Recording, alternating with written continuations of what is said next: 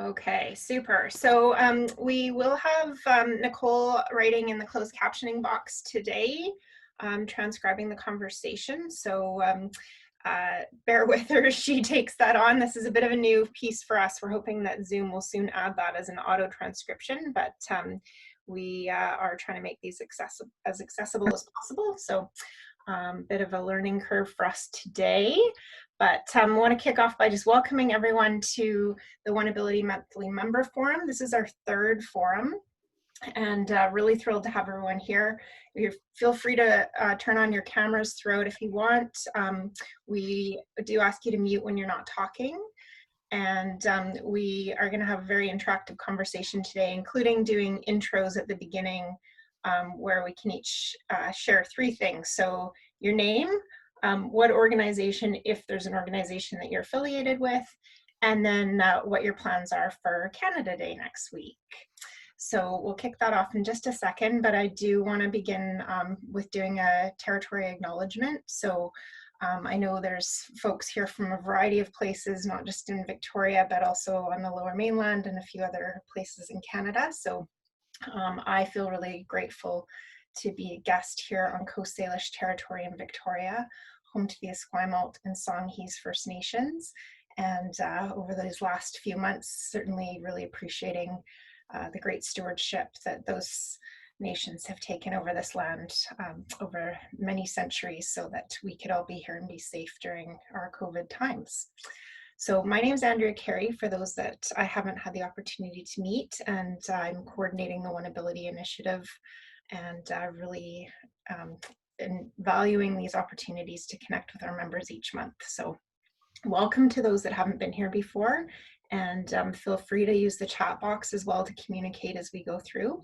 And I'm going to stop sharing the screen for a minute, and let's introduce ourselves so that we can go through the list. So as I stop sharing, then you should see everyone's little icons pop up a little bit more. If you do gallery view, then you'll get a good view of everyone as we go through those introductions.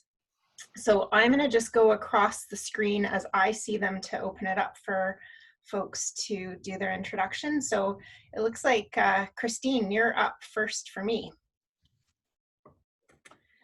Hi, I'm Christine McGregor. I am from ST62 Souk School District, and my plan for Canada Day is to take a breath. It has been, like, I'm sure for lots of people on the screen, if not everybody, just a whirlwind. I feel like we've done 6 months worth of work in about 3. So that's my plan, and just to be appreciative of being and living in Canada. Thank you.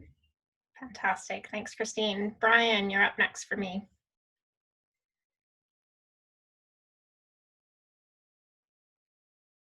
Oh, Brian, you're on mute. There you go. Yeah, I'm Brian Gray, and my program is Play Beyond Expectations. And for Canada Day, hopefully we will actually be able to do some things, but with 1 or 2 clients. But one of the things we'll probably do is my wife and I will probably go canoeing on the gorge. Thank you. Awesome, thanks. Stacy, you're up next.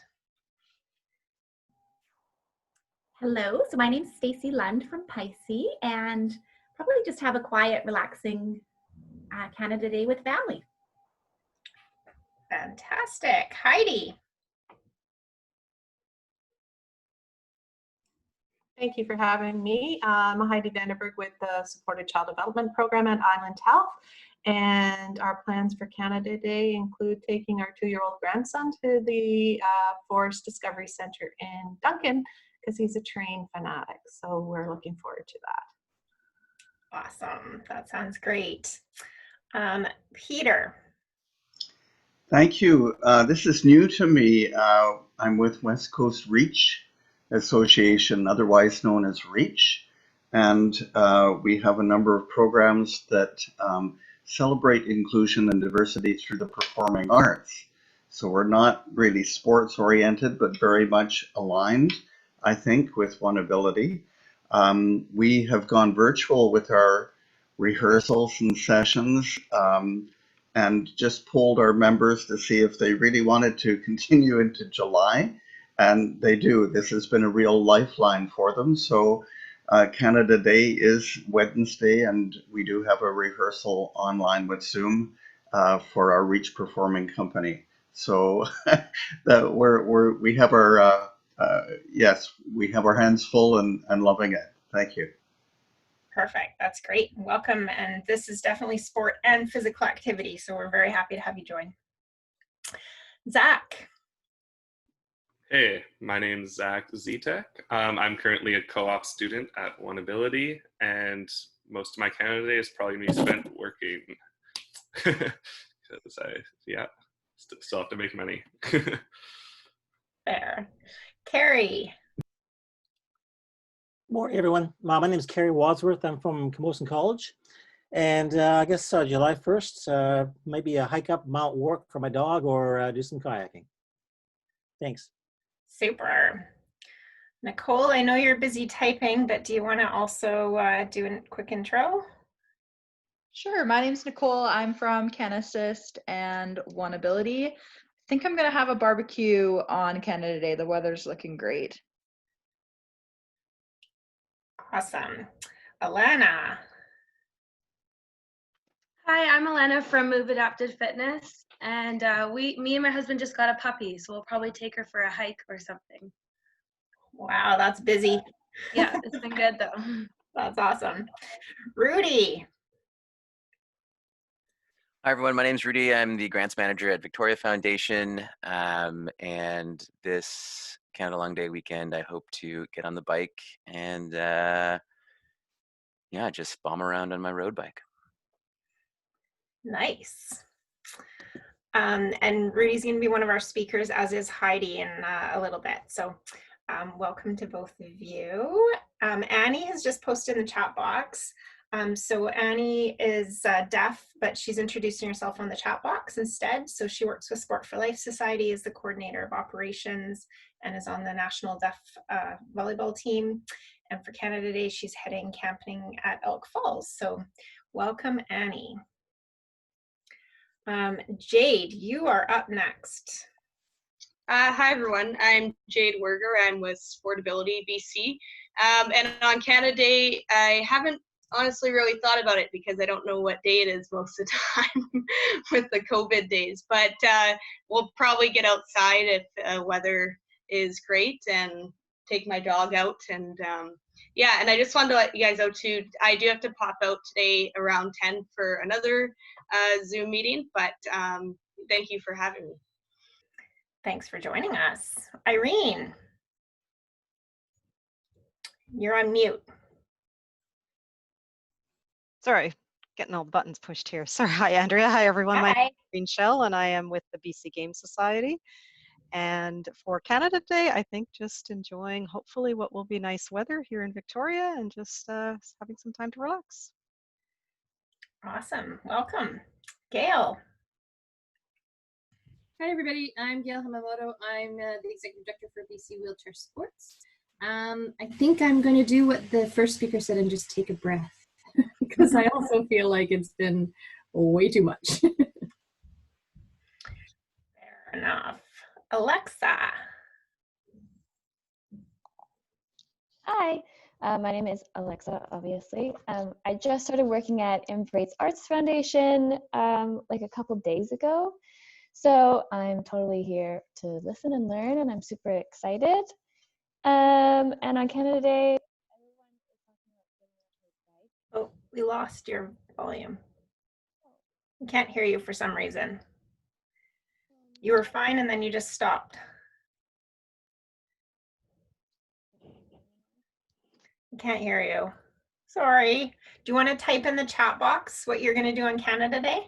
Oh, try again. No. Can you hear me now? Yes. Okay, sorry. Well, I was just going to copy people and go out on my bike as well. Nice. That's great. Cool. Okay, I just flipped over to my second screen and now I have to figure out where I was. Amanda, I think you're up next. Hi everyone, I'm Amanda. I'm with the CRD. I'm just going to adjust my computer here. I feel like my face is huge on the screen. And for Canada Day, honestly, I completely forgot it was Canada Day next week, but I think it's probably going to be going out in nature and trying to balance out so much of these Microsoft Teams and Zoom meetings. Awesome, thanks. And Amanda's one of our speakers as well today, so I look forward to hearing more from you shortly. Tanel. I'm Tanel. I've got RAD Recreation Adapted Society. And on Canada Day, I will be with my girlfriend, who's also Miss Wheelchair Canada, and up in Edmonton, and having a park gathering with a bunch of females in wheelchairs with spinal cord injuries. Nice, that sounds fun. You're hitting the avoiding road. COVID. Okay, welcome. Okay, did I miss anyone? Okay, I think we got everyone, but speak up if I missed you, because as you switch screens, as probably many of you know on Zoom, sometimes people reorder and I didn't want to miss anyone. So I'm going to flip back to sharing the screen. I just want to do a couple of intro slides and then we'll go into our speakers.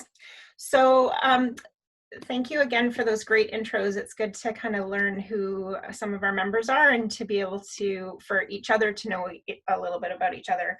So we just wanted to highlight one of our funding sources that's closing on closing on June 30th, which is Tuesday, not Monday. We do a small grant fund each year to support members with initiatives that they just need a little bit of micro grant funding for. So we have those open right now. You can find information on the front page of the website. And this year we've extended the criteria to include COVID-related resources that you may need, as well as programming. So have a look through if you think that there might be an initiative that would work for your organization. And again, just that closes on Tuesday. So hoping that we hear from lots of you about how we can best support you. And then the other piece is we are doing a feedback survey after each of these sessions so that we can figure out what topics are most relevant to you and how we best support you as members going forward. So you will post that in the chat box towards the end of the session, but also just wanted to highlight it so that we can get some really good feedback. And I am going to do a poll as well, just to ask a question about sort of whether or not we should continue over the summer. So I will, I'm actually going to put that poll up right now, and that will give us a little bit of feedback. So we should have a poll in front of you, yes? That pop up? Yay. I'm new to polling on Zoom, so this was my first attempt. So yeah, if you want to just populate that, and then we'll move on from our session. And the other question in there is, what supports does your organization need during COVID? So that will hopefully help us get some input for our speakers today as well.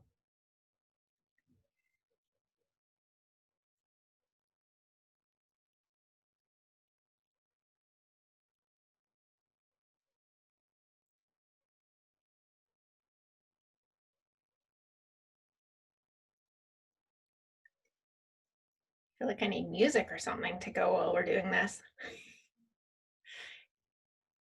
Okay, I'm gonna give you 10 more seconds.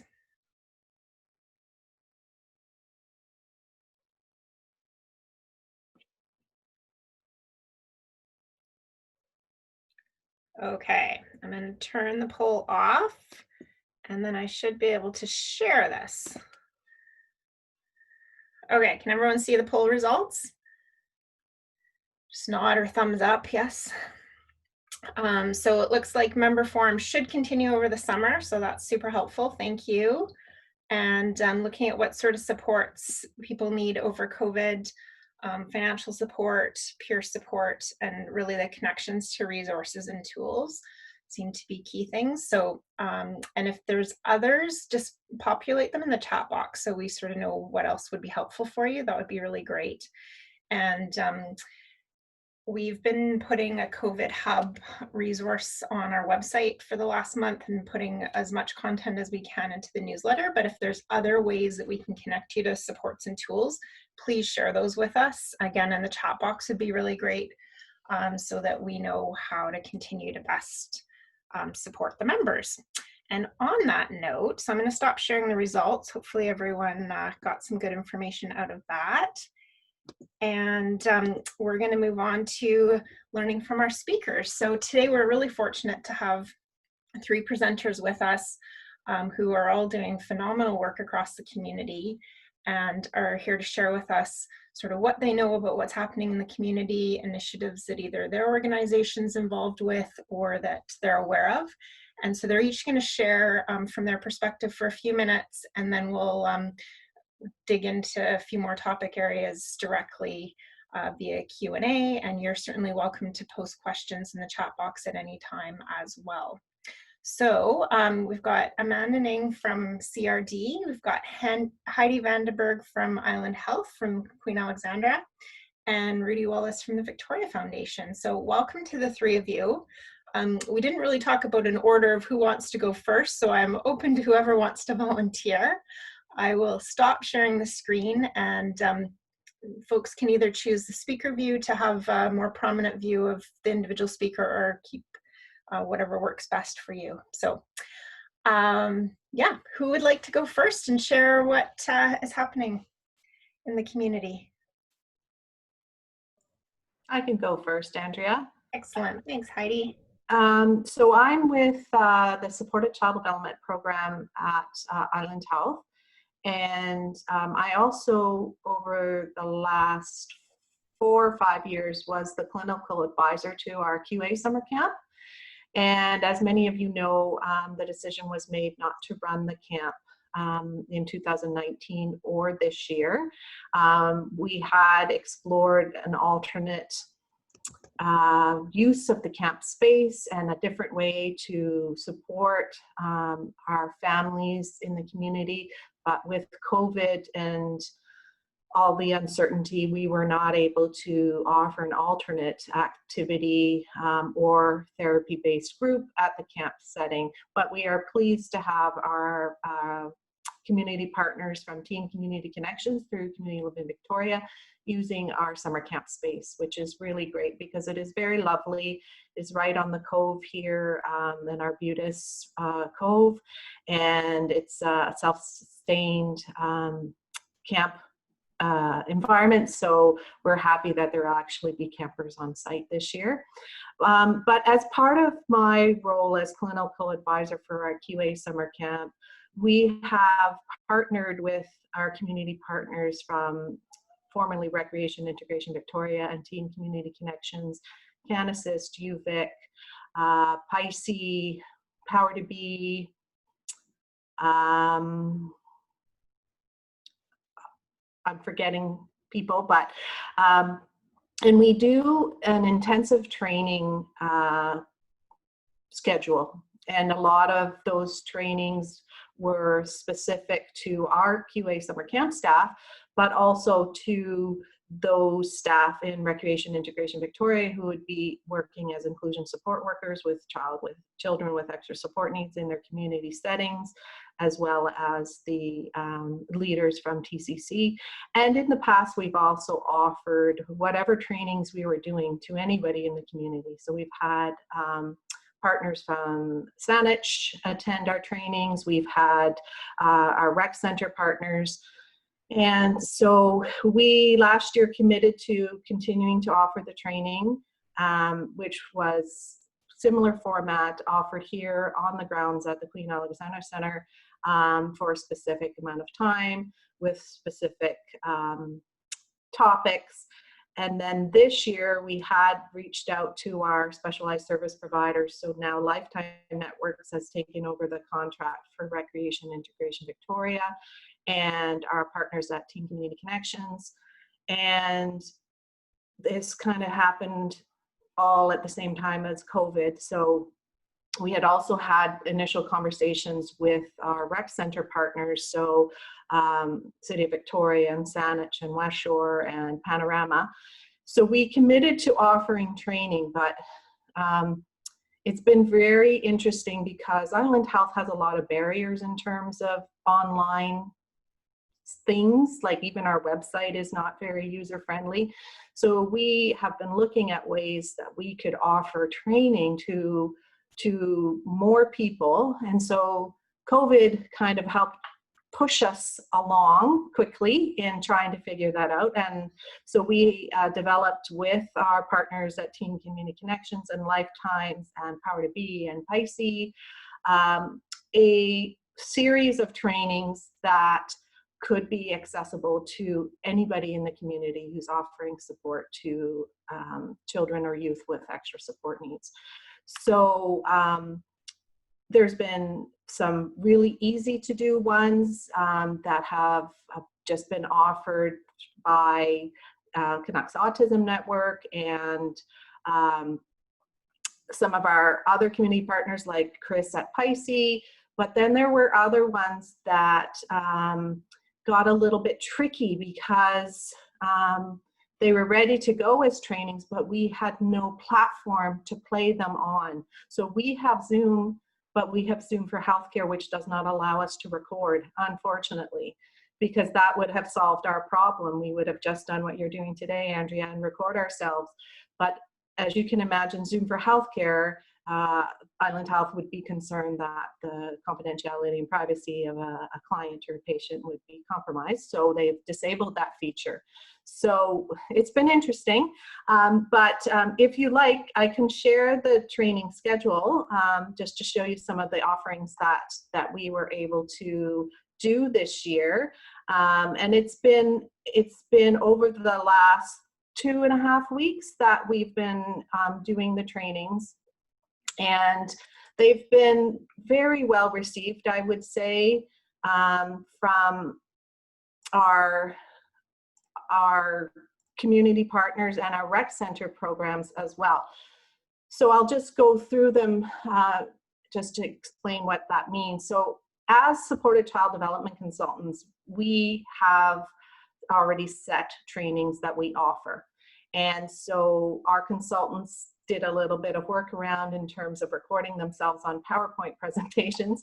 And so then those are ready to be offered. It just needs someone to host it through Zoom because we have no platform to run them from at this time.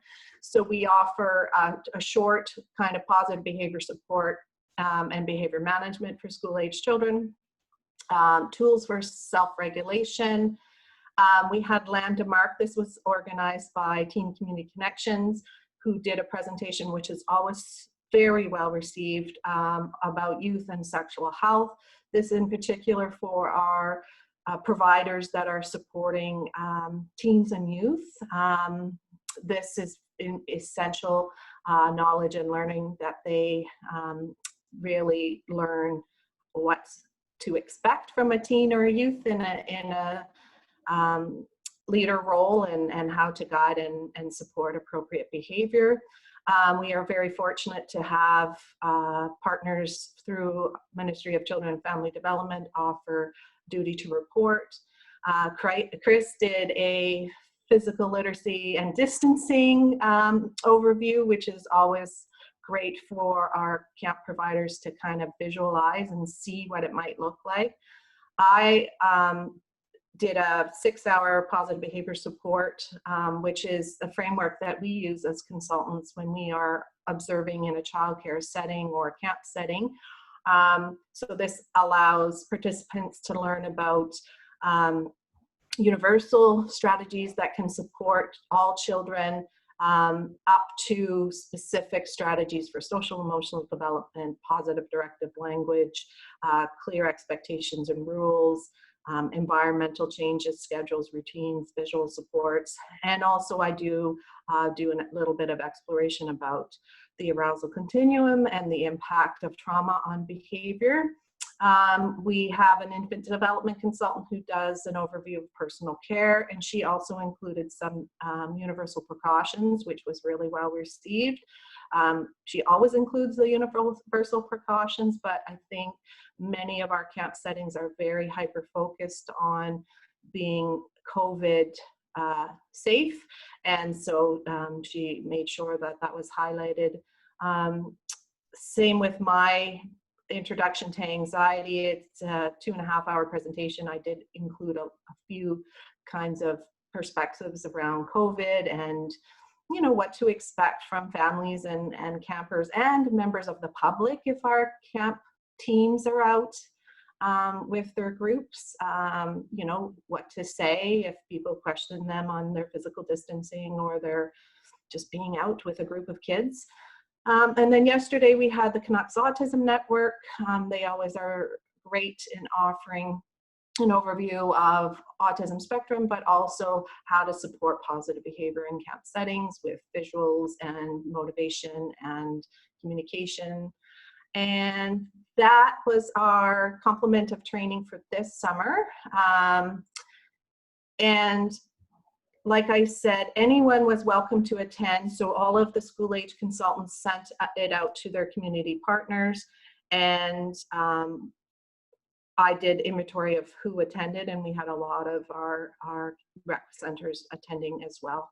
So that's what we've worked on, and I hope this will be something that we can further round out through these electronic platforms to be ready for next summer. Because while I'm an old school kind of facilitator and I'm used to people being present, we can reach so much more of the audience by having it in an electronic platform. So COVID forced us to get there, and I hope Island Health will continue to support us to have a place where anyone can go if they want any of our trainings, and then we can also get records of who's participated, which is really helpful too. So that's what we've worked on this year. And the other thing we were able to offer for our families in our supported child development program, we were able to offer all of the 10 weeks of summer. Typically we do 7 of the 9 weeks, but because of the increased funding from the Ministry of Children and Family Development around COVID, we are able to offer that to families. And also the money that we would have used from the Children's Health Foundation for the summer camp alternative this year, we have put aside, and now we can support any inclusion support worker with training. So if they have to participate in a training as part of a staff team, we can contribute to their time, where in the past it's been on a case-by-case basis. So we think that that will also allow a lot more of those inclusion support workers to feel like they're part of the cohesive team, whether that's at Team Community Connections or at some of our rec center programs. So awesome. Thank you, Heidi. I'm going to ask if anyone has any direct questions for Heidi right now, and then we'll ask Rudy to present next. Anyone have any direct questions you want to cover? I'm just looking for clarification on how I'm able to have a meeting with my spine specialist and like there's no like Zoom for healthcare. Like isn't there there's a specific like health hotline sort of deal that we've been able to communicate with our healthcare professionals on instead of having to show up in a location?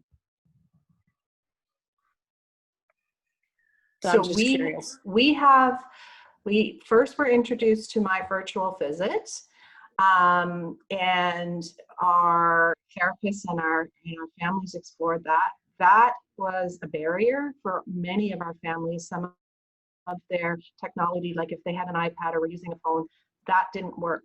So although it's still an option and it has a lot of those, you know, confidentiality and very protective factors in terms of a professional client visit type privacy, Zoom for Healthcare, which we have been allowed to use as part of PHSA here in BC, has been a lot easier for our therapists.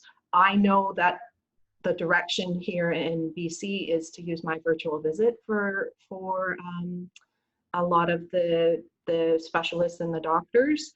So it might be that it's just not a platform that's available for you where you are.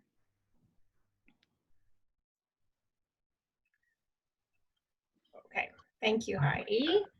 Question I have- Sorry, yeah. Question I have is, Heidi, what's the link to see the programs that you're providing to others? And is there a way for a program to link to you to provide their clients with one of your programs? So Island Health has a portal that we are to upload our training. We've done that for 2 of the trainings, and I have not heard whether it's been accepted or integrated into their system as of yet. So without the capacity to record on Zoom, that leaves people without something that's already prepared. So for me, I recorded myself on an iPad doing my presentation, but it's less than ideal, and I need to figure a different way. So we've asked permission from Island Health to record on Zoom, and if that's the case, I'm just going to run a training with nobody there and record myself. So right now, there are a few sessions, so I can leave you my email, Brian, and you can connect with me directly about how to access those things. They will eventually be very easily accessible. It's just right now, we have nothing saved. So it's kind of putting us in a strange position. So Certainly appreciate that. That would be great. Thank you, Heidi. Perfect.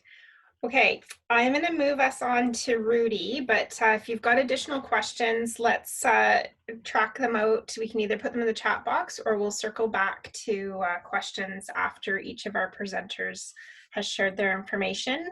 I just know Rudy has a hard stop at 10:30, so I want to make sure that he presents and we have some opportunity for questions with him as well.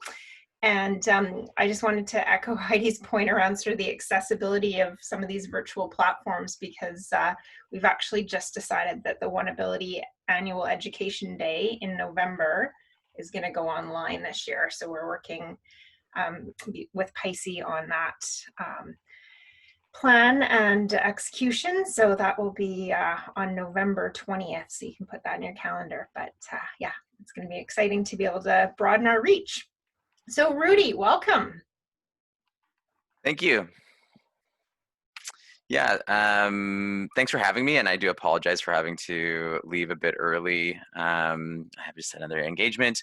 But yeah, essentially what I kind of wanted to do today was to provide some resources and give some background and where Victoria Foundation is at and what the funding landscape is. So Victoria Foundation is the largest non-governmental funder in the Capital Region, and we're part of the Community Foundations Network. So we're one of 200 plus community foundations across Canada. And we've been working with funders, both government and non-government, to coordinate funding during the COVID-19 pandemic, and then also in addressing systemic oppression and racism that have flared up and just continue to be exacerbated by COVID and continue. And so whether that's acts of colonialism and systemic oppression, we're also working with our funding partners on how we as funders start to look at our own practices and how this starts to shift this charitable sector and nonprofit sector more generally. So those are the things that we've been looking at and working on with our funding partners. And I can give you a little bit of some of the steps we're taking as well. But I'll start first with the funding pieces. So Victoria Foundation was running the Rapid Relief Fund through amazing and generous support from the community here in Victoria, raised $6 million. And $6 million has now gone out into community for emergency relief of COVID-19. And so that fund is now exhausted and depleted. But we are continuing to try to raise dollars through those means to start doing grants out of that fund again. So while that is depleted right now and we're no longer accepting funding requests through that fund, stay tuned. We are hoping that we will be able to continue to grant through that fund in the future. Secondly, Victoria Foundation, through the Community Foundation network, received some funding through the Emergency Community Support Fund. And so again, this is also in relation to emergency COVID-19 response, but it was a bit broader in scope than the Rapid Relief Fund. And so I do apologize if I start using acronyms. Just someone wave your hand at me if I get too acronymy, just because there's so many acronyms more recently, especially when you're working with the federal government. There just seems to be a lot of acronyms. It's a whole vernacular that I'm not used to. So the Emergency Community Support Fund, United Way and Community Foundations of Canada received $350 million to the Government of Canada to again distribute through their networks into communities for the nonprofit and charitable sector. So again, Victoria Foundation, like the Rapid Relief Fund, our catchment was Cowichan Valley, the Capital Region, and Gulf Islands. And again, our region, based on population, received $1.6 million, and that was split pretty much down the middle with United Way of Greater Victoria. And then funds, again, went out. So that fund too is also now exhausted and depleted in applications. While the portal is not closed, applications are no longer being assessed. It's part of this sort of national network where, you know, Hamilton is still open, but Victoria is closed. And so that's why the portal is still accepting applications. But unfortunately, applications are no longer being reviewed in this region. Again, we are advocating and hopeful that the federal government will provide another round of funding for the sector through the Emergency Community Support Fund. We are hopeful. There's no confirmation or guarantee of that, but again, stay tuned to our website as we continue to advocate for resources for the region. We kind of always get hit by the population argument, despite our region having some difficult, in terms of the opiate crisis, in terms of the homelessness crisis here. There's some acute things that I think require additional resources. And yeah, we just kind of get hit with that population level argument. And yeah, so we're going to continue to advocate for additional resources in the region here. I'm going to pop a couple of links in the chat. So this one here is a document that is from Community Foundations of Canada. So it's for requests of notification in the event that additional funding becomes available through the federal government, through the Emergency Community Support Fund. So again, you can register, you can provide that your email address, and then Community Foundations of Canada will provide you an update should additional funding become available. And then this link. Oh, did that go through? Let's try that again, sorry. Oh yeah, sorry, I sent it twice. It's just that it's, because of the way it looks, it just all looks like one large link, so I do apologize for that. But there are two links there, one's put twice. That's the Victoria Foundation Padlet landing page. So again, this is a page where Victoria Foundation is trying to work with our funding partners to have available funding opportunities posted so that folks can access them and see information and to get updates from different funders. So we're working with funders to continue to update this page. So you'll know that notice that the Emergency Community Support Fund is still up there. That'll likely be taken down today and replaced with the Gaming Commission. They have two funding opportunities that are launching or have launched. So that'll be coming. And then this page, we're going to try to keep this updated as we go to ensure that folks have access to information on available funding opportunities. Yeah. The last thing I'll say around the funding is Victoria Foundation is also going to be launching a community recovery program in the fall of, like, late summer, early fall of this year. So this is a pivot from our usual community grants program. So we've participated in a number of province-wide surveys and discussions, and the overwhelming feedback from organizations across the province was a need for general flexible operating dollars. Shocker. This has been, known for a long time. For whatever reason, funders just don't want to provide operating dollars, which is I find silly. But COVID has really forced organizations to look in the mirror and respond to community need in different ways. And so we've pivoted the community grants program, which is project-based funding, which is, there's still a need for project-based funding, but what we heard is folks need funding to replace lost revenues, to pay rent, to pay, to keep the lights on, to ensure staff can continue doing the work that they're doing, to pay the mortgage. So we've pivoted our community grants program, which has been shifted to this community recovery program that will launch in late summer, early fall. And again, more information on this will be available come August on our website, and we'll send out, it'll be on the Padlet page that I just linked there. And then we'll also send out emails through our newsletter. So please subscribe to our newsletter if you don't already. And again, this is not emergency relief funding. So it is for organizations' general operating dollars, like for their operating budget, period. So it's not to respond to, it's not to respond to the economic and social impacts of COVID, but the financial impacts on organizations as a result of COVID. So that's what this fund's intent will be. And then we will work to continue to offer emergency relief funding through the Rapid Relief Fund in its next iteration, and through the Emergency Community Support Fund pending federal dollars coming in. So those are some of the links and resource pages that we have available that we'll continue updating, and some things to look forward to. And again, Victoria Foundation is looking at what granting looks like without an application. So how do we move forward without having undue burden on applicants, on organizations who are doing work in communities? So what does granting look with no application? What does granting look like with significantly decreased reporting requirements? And so Victoria Foundation has launched two pilots. One is a decolonized granting process with local Indigenous community, and another is a trust-based pilot with a couple of organizations that is piloting 5-year, multi-year general operating grants.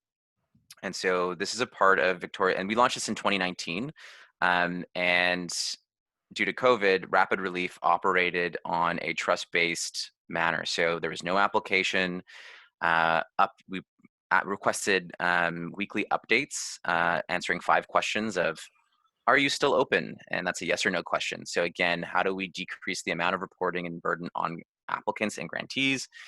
And so Rapid Relief, that process, COVID has accelerated Victoria Foundation's piloting and transition to a trust-based philanthropic model. And I'll put a link into the chat again, one moment. That way you can kind of get a bit of what we're talking about, what trust-based philanthropy is about. And the organization that has really been championing this is out of the US, the Whitman Foundation. I believe they're out of San Francisco. So I'm just gonna pop that in the chat. And it's really around general operating dollars. It's around decreased reporting and application burden on applicants and grantees. It's about funders doing the work rather than asking applicants to jump through hoops for funding. It's about increasing the distribution rate that funders have. So the average distribution rate of funders in Canada is about 3.5% of investment return on their endowments. So 3.5% is really low and quite ridiculous. And so there's a growing movement around increasing the distribution of funds from foundations, rather than play it safe, rather than saving for a rainy day, to get funding into community now. Because rather than saving for a rainy day, I'm pretty sure the world is on fire right now. So we should probably put that out sooner rather than later, rather than holding on to it. So again, take a look at the Women Institute. This is a part of Victoria Foundation's next steps of exploration around what the funding landscape and what funding model we look at moving forward. And look to address things like racial inequity, racial justice, as we look forward to environmental justice, social justice, and transition away from previous models of funding, and explore what that means in the context of Victoria Foundation. And so just those couple links, and where Victoria Foundation is at and what we're exploring and what ideas we're looking at. And again, knowing that we are a funder, folks are interested in what funding we're providing. And so stay tuned for additional information on the Community Recovery Program late summer, early fall. And if you are interested in the Emergency Community Support Fund through Community Foundations of Canada, please sign up for that, notification, request for notification, and you will receive an update, and then you can come in for those dollars if the federal government puts in some cash. And please note that that one is not a Victoria Foundation driven program. We are administering on behalf of the federal government through Community Foundations of Canada. So there is a application process, but it's actually not as bad as I thought it was going to be, which was quite nice. It was a lot shorter than I had thought. So yeah, I'll leave it there. Sorry for rambling on, and hopefully that was helpful. Thank you, Rudy. That was awesome. So I've grabbed those links and we'll push them out in our newsletter that's coming out on Tuesday as well for anyone that hasn't gotten them already, and share those broadly with our membership. I also just wanted to acknowledge that Rudy has been a phenomenal champion and supporter of OneAbility since shortly after we started, actually, and has been kind of our conduit with the Victoria Foundation for a number of years. And we're just really grateful for such a strong relationship with you, Rudy. So thank you very much for everything you've done for us so far. And this has been great to be able to share to some of our members a bit more about what's available right now, and how they can reach some of the resources that Victoria Foundation has been stewarding and supporting. So thank you. Of course, you're welcome. My pleasure. I'm gonna just ask if anyone has any direct questions for Rudy. I know he's just got a couple more minutes with us. So if there are some direct questions, let's ask those now, and then we'll flip over to Amanda.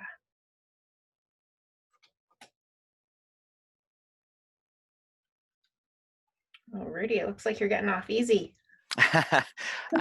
Thanks, everyone. I think I will hop off, and I do apologize for having to cut my time short here today. No, that's great. You could join us. Thank you again. And if any other questions come up, we can connect people via email with you, if that's all right. Sorry, there's a large truck going by on my busy road, but absolutely, please don't hesitate to email myself or my colleague Zahura, and we'll happily yeah, answer any questions or provide any information that we can.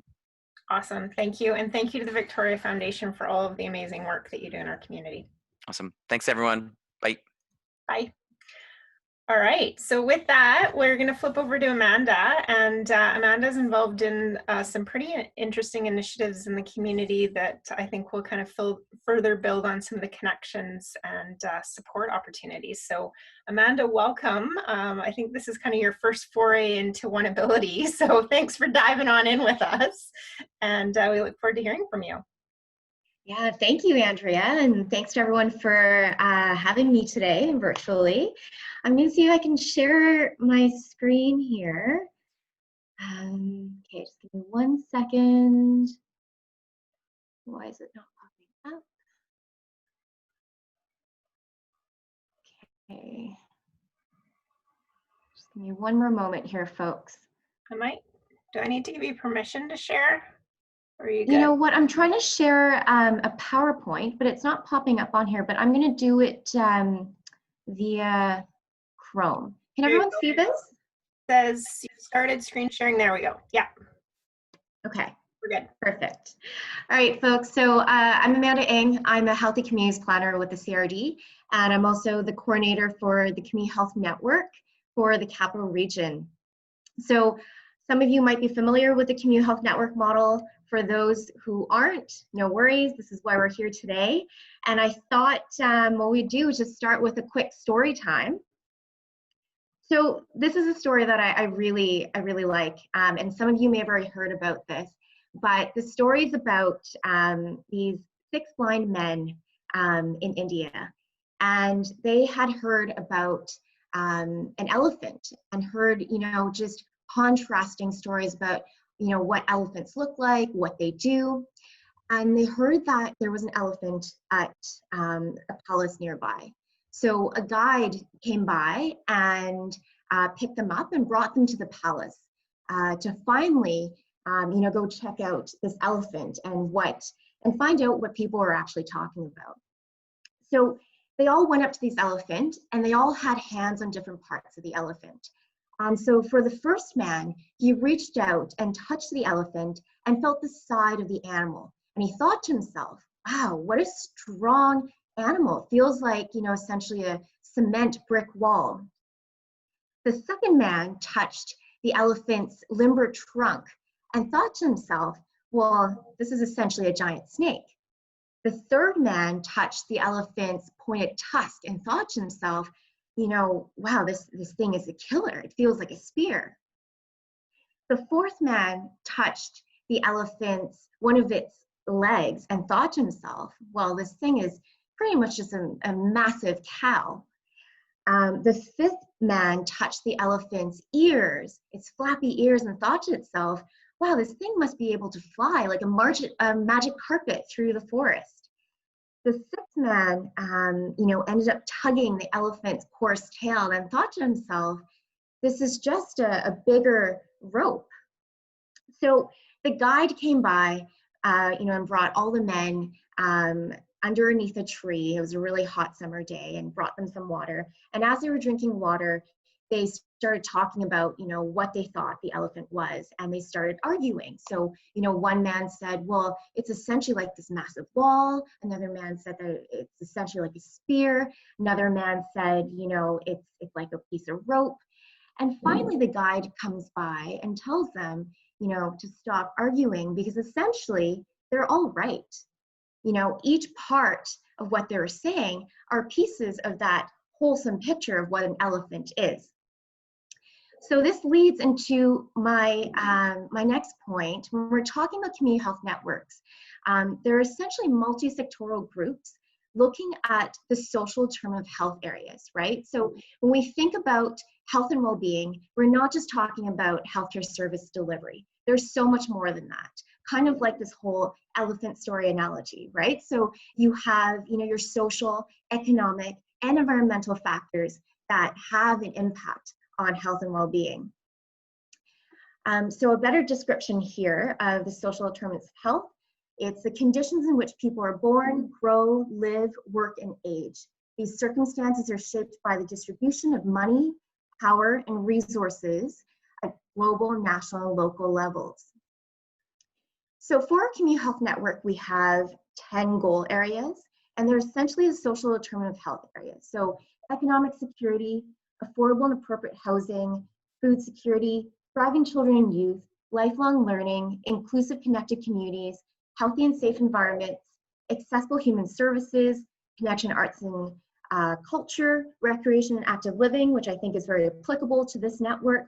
And the stars that you'll see here, these are the priority areas that we've identified for 2019 and 2020, fully being cognizant of the fact that you know, all of these areas are very important to consider when looking at health and well-being, and also the fact that there's quite a bit of overlap, and there's quite a bit of you know, interrelations between each one of these. For the purposes of being able to identify some action steps in the short term and long term, we've identified some priority areas. So when we talk about our vision, what keeps our members up at night in a good way? It's about building and sustaining healthy communities within the capital region. And how we want to do that is facilitating discussion and catalyzing action around the social, economic, and environmental determinants of health and wellness. So I want to bring it to, our why. Why do we think this is important? And I think a lot of you can probably relate to this. We want to know, what is the impact we're actually making with these programs, policies, and decisions that we're putting in place? Are we actually making progress in these different social determinant of health areas? And are we actually using evidence to inform action? And more importantly, how can we work better together, and how can we reduce a duplication in efforts? So a bit of history about our group. We started in 2014. And so in 2014, it was actually called the Regional Outcomes Monitoring Group. And it was a group of stakeholders from a variety of sectors, from health, from local government, from community organizations, nonprofits, funders, all interested in identifying a consolidated set of metrics around the social determinant of health areas, essentially trying to measure the impact that they were making, trying to identify, are we actually doing the right things in our region when it comes to the social determinants of health? Between 2014 and 2017, the group hosted a number of community engagement sessions to essentially narrow down the different goal areas, identify some outcome areas tied to those goal areas, and then identify some baseline indicators. So in 2018, Island Health saw this existing multi-sectoral group, focused on health and well-being as an opportunity to transition into what we call a community health network. And so this group had already checked off a lot of the roles that community health networks have. So part of that is, an interest in data and indicators, but more importantly, using that data and indicators to inform decision-making, to inform funding decisions. So for this group, we still have a very keen interest in data indicators, but I'd say a larger role that we're interested in now is, how do we network the networks? So I always bring it back to this tagline of networking the networks. And essentially what I'm trying to say is, within the Capital Regional District, we are so lucky to have existing groups and networks, for instance, like OneAbility, who are, doing amazing work and have folks who are engaged and are ready at the table. But really, it's, how do we play that role in connecting those dots between these existing networks and reducing a duplication in efforts. So during this pandemic, I had one goal that I really want to check off, and it was to actually start finishing some of these books that I've had on my reading list for years now. And so I've been really digging into some Margaret Wheatley books, and I really like this quote here. In organizations, real power and energy is generated through relationships. The patterns of relationships and the capacities to inform them are more important than tasks, functions, roles, and positions. And so I think that's been the biggest lesson for me in being the coordinator for this community health network. And I'm sure you folks working within your respective organizations and even working within the OneAbility network, you can agree that it all comes down to relationships. So speaking of relationships, just to give you an idea of what our membership looks like. So again, like I mentioned, it is a multi-sectoral collaboration. We have folks from regional housing, as well as regional planning and health from the CRD. We have the medical health officers from Island Health at the table, as well as a healthy built environments consultant, representation from school health from Island Health, and then a couple of other folks. We have folks representative of food security, so the Capital Region Food and Agriculture Initiatives Roundtable, as well as the Food Share Network. We also have the Intercultural Association Victoria, University of Victoria, as well as United Way of Greater Victoria, Children's Health Foundation of Vancouver Island, the Community Social Planning Council, Seniors Serving Seniors, Power to Be, as well as the Greater Victoria Public Library. So if I can just sum up community health networks and what we're trying to do, and the one thing I hope you take away from this presentation is in this one line right here. We're essentially trying to convene multiple partners, community partners, from a variety of sectors when applicable, to better understand what are the community health issues and challenges, and jointly can we work together to create plans to address them. So there are a couple of other community health networks on Vancouver Island. So there's one in Alberni Clayoquot, Comox Valley, Cowichan Valley, of course the one in CRD, Oceanside, Mount Waddington. Sauk Region has its own community health network, Strathcona, and there's actually a very new community health network in the Nanaimo region, which is very exciting. And I think what's been really interesting for me is seeing how each one of these networks are so unique to the region that they work in, right? So a lot of these other networks have much smaller communities, whereas for the CRD, we have 13 municipalities, 3 electoral areas, and where I see us really positioning ourselves and supporting the community is, again, bringing it back to how do we network the networks, right? So how do we reach out to the different networks within the region? How do we make those connections between the community health network and the existing networks? But also, how can we create linkages between the networks themselves when it makes sense? Essentially with the goal of reducing a duplication in efforts. So what have we been working on? So we started off with creating some infographics for some of our priority areas, and this was part of our focus for 2019. And so, we created these, and this really came out of hearing from community that folks are really interested in infographics, and more importantly, what they want to see is digestible pieces of information with, those data pieces that can inform decisions, right? So whether it be decisions within the health authority, decisions within local government, or even decisions with funders and grants, right? So we created some of the infographics for four of our priority areas. So you'll see here housing, economic security, children and youth. We're finalizing our food security one. And these are on our website. So I can share that with Andrea, who can distribute that link with the group. And I should mention that a huge lesson we learned from these infographics, and for folks on this call today, you can probably relate to this.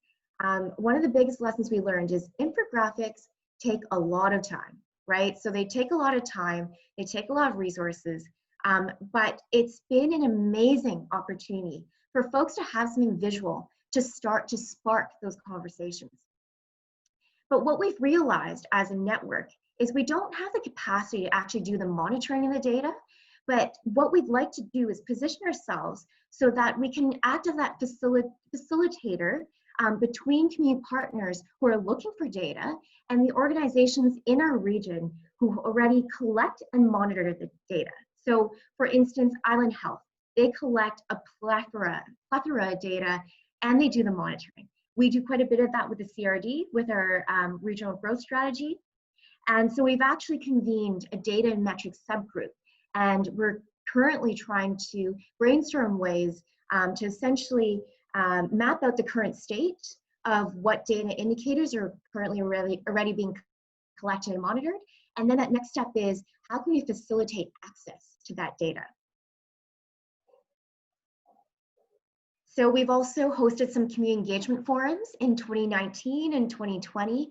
And in 2019, those were focused on two of our priority areas. We hosted a forum around children and youth, as well as healthy and safe environments.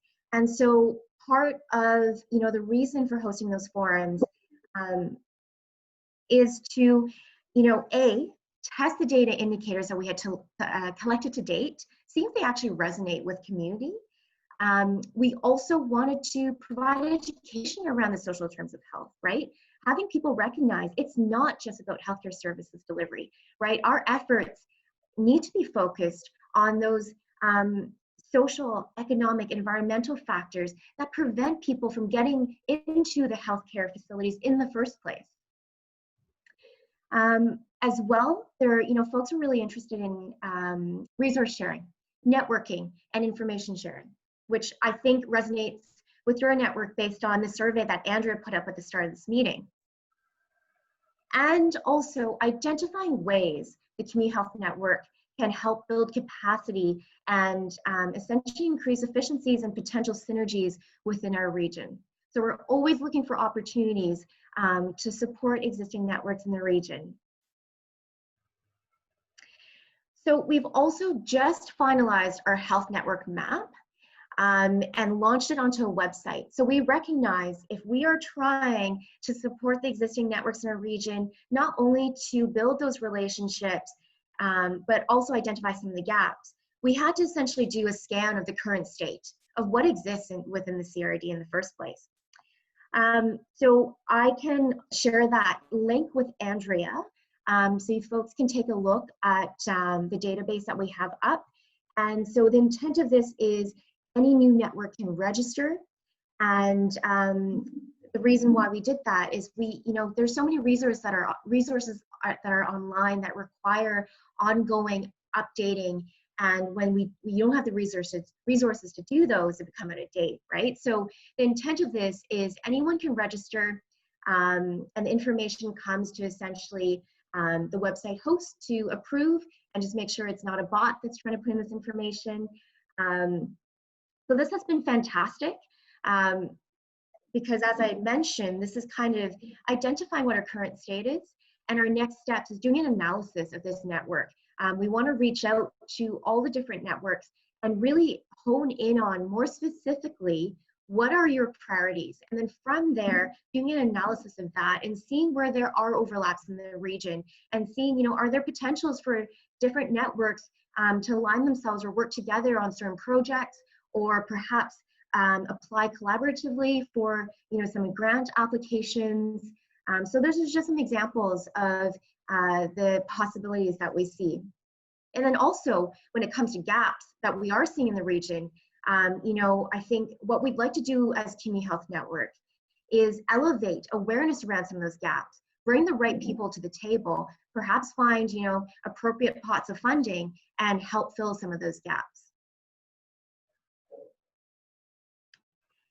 And so some of the newer subgroups and working groups that we have recently convened. So like I had mentioned, the data and metrics subgroup, it's still very much in early stages. We have essentially our second meeting coming up next month. And we have an epidemiologist from Island Health sitting at that table, a regional planner from the CRD as well sitting at that table, the director for the Centre for Youth and Society at the University of Victoria, as well as Victoria Foundation. We've also convened an MDI working group. So this is a good example of where there is a gap in our region, and we're trying to identify the right stakeholders within different sectors to help fill that gap. So based on our Children Youth Forum last year, it was very apparent to us that there is a gap around data for middle years in our region. And so this working group has been convened to figure out how could we, essentially implement the Middle Development Index, that's what the MDI stands for, across the school districts. Currently, it's only being implemented in SD 61. We've also convened a Healthy and Safe Environment subgroup as an outcome from our forums from last year. And folks, what we heard is the fact that folks are really interested in climate change and the impacts on health and well-being. And so that seems to be this up and coming topic right now. Of course, I think we're all very much aware climate change is a huge priority, but I think folks are seeing the importance of tying it to health and well-being outcomes. And so bringing it back to this Margaret Wheatley quote, listening is such a simple act. It requires us to be present, and that takes practice. But we don't have to do anything else. We don't have to advise or coach or sound wise. We just have to be willing to sit there and listen. And I find that, really resonates with me, with the work that I've done, with the Community Health Network. I'm sure it resonates with you. For any of you who are part of this network, and I'm sure you might be part of other networks, there is so much power in bringing people together. And, in light of the pandemic right now, I guess, bringing people together virtually, but to really share ideas and to have an open mind and to be able to share those different perspectives, whether it be from, our different life paths, from our respective positions, from our respective organizations. Everyone has something to bring to the table. And I know on a personal level, I've come into the meeting thinking, okay, I can envision this is where it's going to go. And then I have folks from other sectors who bring in their different viewpoints, and it completely changes the potential action plan, right? So there's so much value in, convening forums like this. So I have to thank OneAbility for, bringing folks together and offering such a great opportunity. On that note, I think I've rambled on for quite a bit. So I just want to thank everyone. Again, thank you for having me today. It's such an honor to be here. And I really encourage you to reach out if you have any questions, if you want to be more involved with Community Health Network, if you have any questions around data, or if you have any, great ideas around how we can build better connections within the region. I'm all ears. Thanks, everyone. That was awesome. Thank you, Amanda. So I'm going to open it up to questions for Amanda. Heidi's also still on, so if you've got a question that's come up from her presentation, this is the time to kind of ask. And as you can tell, all three of our speakers are wealths of knowledge in the organizations they're working with and the work that they're doing. So I would encourage you to take advantage and ask some hard questions. Yeah, Peter. Thank you. Question for Amanda. And first of all, thanks for the great work that CRD does. We are in a challenging situation in that our administrative office and mailing address is in Sydney, but all of our programs, our rehearsals, our performances, shows, and most of our members are CRD. And we are not eligible for CRD arts funding because Sydney is outside of the CRD funding currently. It just seems counterintuitive, and especially now that we're moving into more virtual activities and programs, geography and the location of one's mailing address just seems less and less relevant. So I'm wondering if CRD would consider changing their requirements so that funding is based on who is being served rather than where an administrative address exists. Hi, Peter. Yeah, thanks. That's a great question slash comment slash recommendation.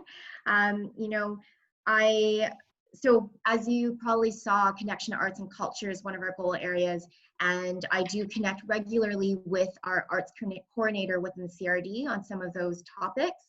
I guess my question for you is, have you already connected with them with regards to that? And if not, I can certainly set up a meeting with her and chat about that, because I think that's an excellent point. With everything likely going, virtually for quite some time, I think those are considerations that definitely need to be taken when it comes to grant offerings. And we have been in touch with them and chatted with them. Their suggestion was to create a mailing address in Victoria, which I guess is possible, but it's not a reality. And it means, changing everything on our letterhead and everything else, website address, etc. It's something we could do. It just doesn't seem like the real solution. Yeah, well, I think that's something I need to reflect on a bit more in terms of what some potential solutions are. But I really, appreciate you bringing that to my attention, because I think that consideration is something that doesn't just apply to what you're doing. It crosses, different population groups and sectors. So let me make note of that, and I will reach out to Andrea if I have any further information or come up with some, some solutions for that. Thank you. Appreciate it. Thanks, Peter.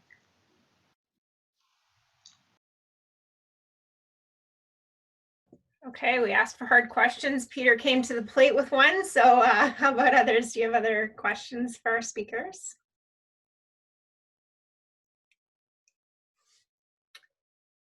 Okay, what about, I'm going to kind of flip the conversation then a little bit if we don't have any direct questions. With what you indicated in the survey, the little poll at the beginning in terms of things that you need, based on what you heard today from our speakers or kind of other areas where you need sort of resources and tools to support what you're doing, can someone maybe speak up and kind of share what they're looking for or talk about sort of how OneAbility or any of the partners that are on the call can help you?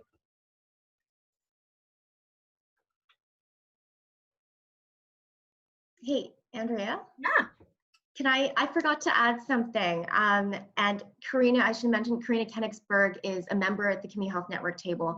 And this was actually why she wanted me to present today, to share the fact that in light of COVID-19 and recognizing that the Community Health Network was trying to position itself to share information and resources, and recognizing that it was such a, I'm sure you were all aware, right? Just such a fast-paced time. We actually created a COVID-19 resource hub through one of our members with the Centre for Youth and Society at the University of Victoria. And essentially the intent is to consolidate all the different pieces of information and resources into one place. So just letting you folks know, there is capacity there. We've actually just now transitioned it to more of a generic community resource hub instead of having that specific COVID-19 label to it. So we encourage you to check it out. I will share that link with Andrea, and also encourage you to let us know what information are you looking for, or if you have any resources you want uploaded onto there, please let us know. Awesome, thanks, Amanda. Yeah, we forgot the premise of the invite. That's awesome.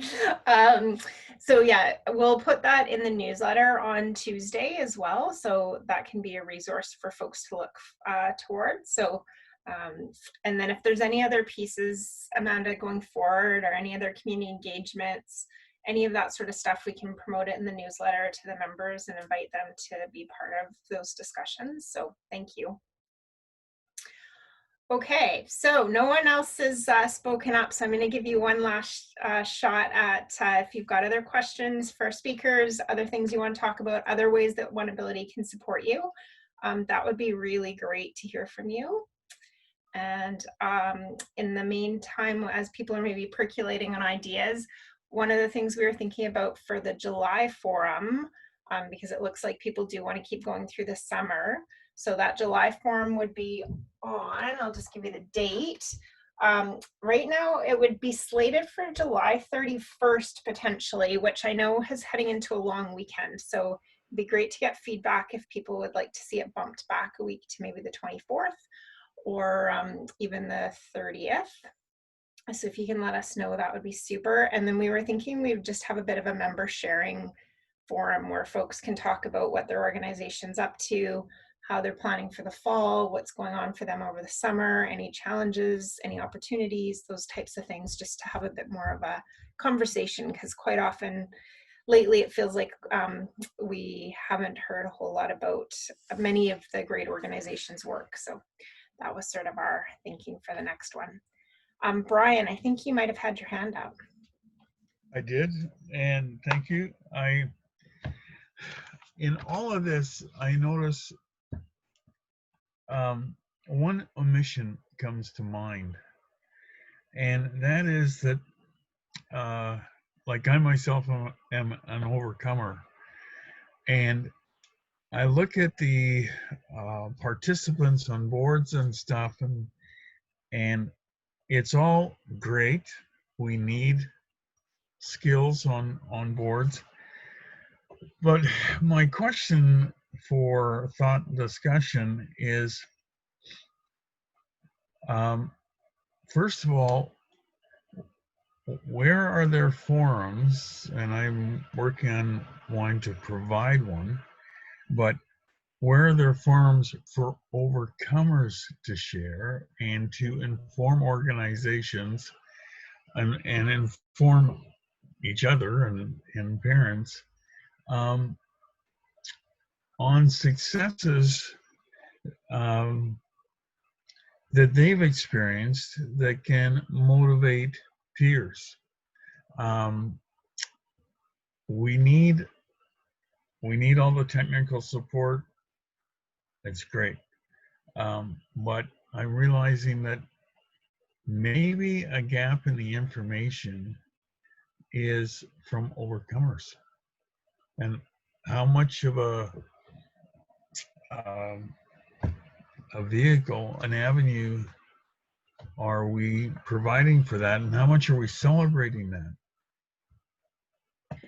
And Brian, can you just define overcomers for the group on the call so that we know exactly what we're talking about? Like, are you identifying people with disabilities as overcomers, or how are you defining overcomers? For example, I was from CP and I was supposed to never do any of the stuff that I've done. I was supposed to never walk, let alone play sports or anything else.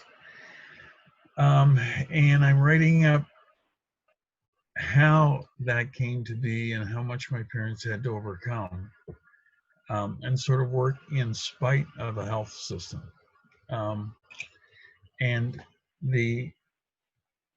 I've known other overcomers, and I'm realizing that an overcomer is, first of all, somebody with a disability and a challenge, but finds a way to overcome. And it may be simple techniques that, and brilliant ideas are actually really simple things that somebody thinks of for the first time. And I'm thinking that somehow it would be nice to have a more formalized, more open way to share those things, where guys in wheelchairs, for example, become more independent than anybody expected they could. And I've helped take people through that. But how do we take that further and make that knowledge that we gain in individual little cases and make that available to the professionals and to the community at large?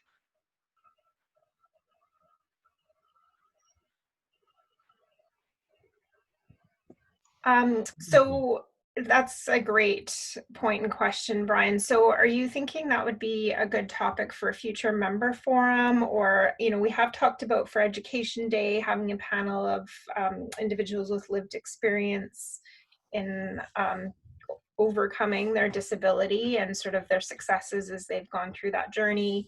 I'm just trying to figure out sort of how we mobilize your idea, because I think it's a good one. And Peter's got a comment, it looks like. Well, go ahead, Peter. Thank you. At some point, I'd love to get Brian's email address so we can continue further. Ours is a new organization, but the last 2 years, we've organized an event that combines the Day of Disabilities with Human Solidarity Day. And it's been essentially a show because we're performance oriented. But this year we will probably be virtual, and the whole concept of overcomers would be really keen to our audience. So I would love to connect further with Brian and see how we can utilize his experience in our event in December. Sure. Awesome. So you two can certainly message each other privately in the chat box or put it out to anyone. That's not a problem to use the chat box for that purpose. So. If I can. Thank you. Okay. Carrie Wadsworth has put a note in the chat box. Carrie, do you want to speak to that? Yes, thanks. So my name is Kerry Wadsworth. I'm from Camosun College, from the Center for Sport Exercise Education. The last number of years, my students have been going out volunteering 10 to 15 hours during the fall, working primarily with Integrated Rec and or other organizations. At this point, 50 or 60 of my students that would normally go through Integrated Rec don't have that available to them this fall. So I'm looking for other opportunities through either individuals or organizations to try and help fill that gap. So I'm just putting the feeler out there. You don't have to come up with an answer now, but if you have any ideas, by all means, please connect with me. Cool. Awesome. Okay. We are nearly at the end of our time, so I'm just going to ask if anyone has any last comments or feedback or questions.